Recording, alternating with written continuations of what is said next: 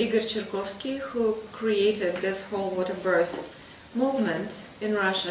He started in the 60s and continued through the 70s. I joined him in 82, and at that time he was mainly preparing women for birth through working with them psychically. He is this Siberian shaman, a very powerful seer, and one of those medicine people that people would go on their airplane to fly to Moscow, where he was doing his healing sessions, because he would just sit with his eyes closed and wave his arm in front of a person and then start telling them what happened in their family, with his mother, with his grandmother, and it was in that female lineage that he would find certain origins of the symptoms that a person is having right now. So he would just start telling stories about the life in this family. So your grandmother ran away with this gypsy king, and her family disowned her, and then their child was kidnapped, and just sort of unravel this maternal storyline. And each session would be about 2 hours long, and then you would see, like, I worked very closely with him, and I saw miracles right in front of my eyes happening when symptoms will disappear because of his conviction that he can cut those umbilical cords that going from those past situations into present time. And he said that basically all those past situations carry this energetic pipeline through time. So when he was achieving his healing result, it somehow was affecting the mother and the grandmother and the daughter and her daughter. It sort of was going quite permeatingly. So he was basically the source of information for us. And there were, for example, situations when he would deliver a baby and everything is fine, but then the father of the baby would go to the other room to call his mom. And the moment she hears that the child was born, the child stops breathing. That was an example that really brought our attention to a reality of those unseen connections that we have within the family. When turns out that the mother of this father of the baby really did not want this child.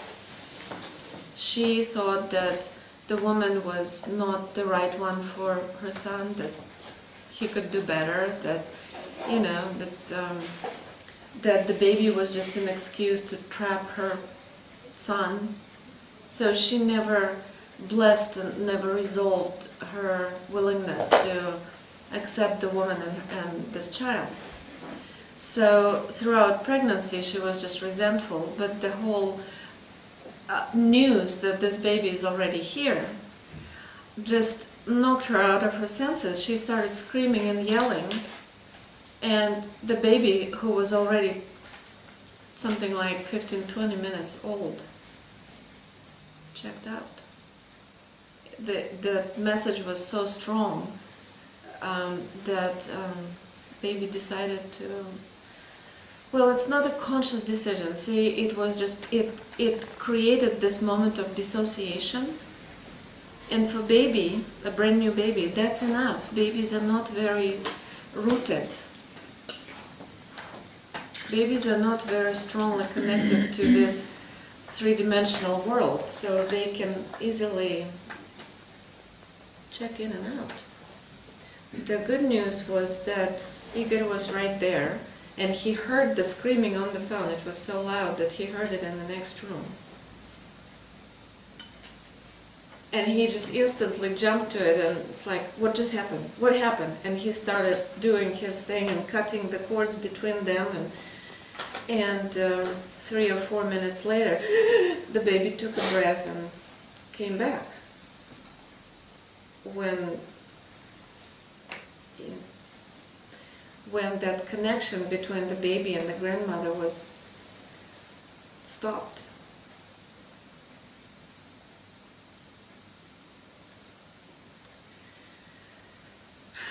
So that situation really brought our attention that not only we need to work with the woman, but with the whole environment into which the baby is being brought in. The father of the baby, they're both sets of parents, the siblings, whatever it was in the woman's world that could be counterproductive, counterintentional to health and well-being of this mama-baby unit.